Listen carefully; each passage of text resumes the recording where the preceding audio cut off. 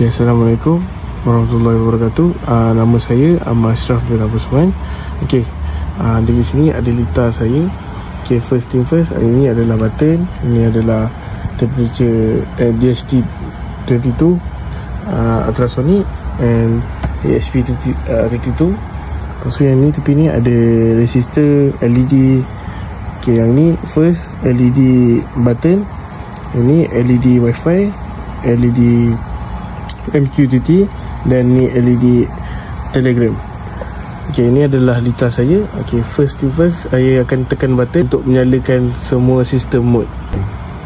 Okay, ni button button ni akan menyala dulu, kemudian button Wi-Fi, and then button MQTT menyala. Last sekali button Telegram dihantar kepada Telegram. Okay, dekat sini dia akan keluar dekat serial monitor saya punya data.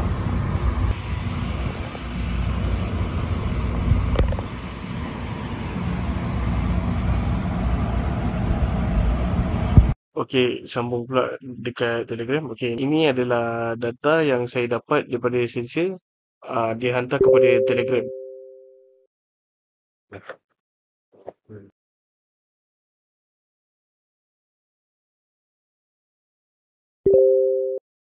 Okay, saya akan sambung pula di sini. Okey, ini adalah saya punya node rate. Okey, yang belah atas ni adalah untuk database. Dia akan connect daripada database. Yang bawah ni pula adalah saya punya Telegram. Dia akan hantar kepada Telegram. Okey, yang ketiga ni pula adalah untuk membuat saya punya dashboard.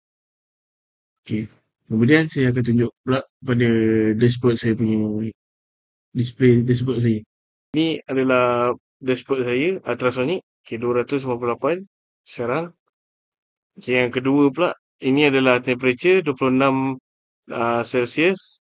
Ini adalah humidity kelembapan saya. Okey, kemudian ini adalah saya punya database yang telah saya simpan. Okey, ini kesemuanya. Okey, ini sambungan untuk saya terangkan pasal recording. Okey, ini bahagian setup dan MQTT. Kita set Wi-Fi SSID dengan password dulu. MMQ broker kita guna EMQX. Lepas tu kita define topik dan client ID. Okey, yang kedua pula. Okey, sekarang ni kita define pin yang kita guna. DHT2 DH22 kita pin DH22 kat pin 21. Pin 21. Okey. Lepas tu ultrasonic trick kat 23. 23. Dan dia punya encode dekat 22. Okey, LED pun kita letak siap-siap. LED button, LED Wi-Fi, LED MQTT. Lepas tu dengan LED Telegram. Ikut semua nak pin ni kita ikut kita nak letak apa-apa tak kisah, ikut korang. Janji dekat data tu betul, dekat Arduino pun betul. Takut nanti bila kita run ada error lah. Okey. Kemudian kat sini pula kita buat interrupt untuk button. Bila kita tekan button, dia akan set flag. System to request false. Ada debug supaya kalau tekan banyak kali cepat-cepat dia tak trigger 2 kali. Itu function dia untuk benda ni, coding ni. Okey, kat sini kita buat function sambung Wi-Fi dan MQTT. Kalau berjaya, LED Wi-Fi dan MQTT akan menyala. Kalau gagal, LED akan padam. Kat sini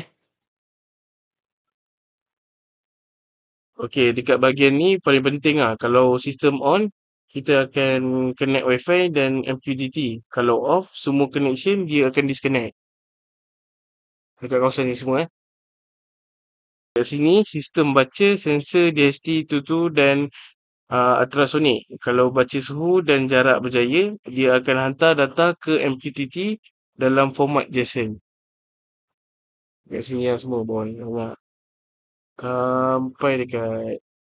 Sampai dekat sini.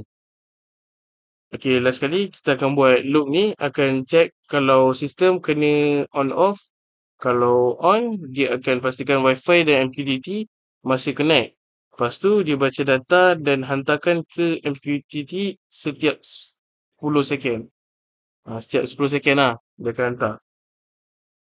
Okey, sekian daripada saya. Terima kasih. Assalamualaikum warahmatullahi wabarakatuh.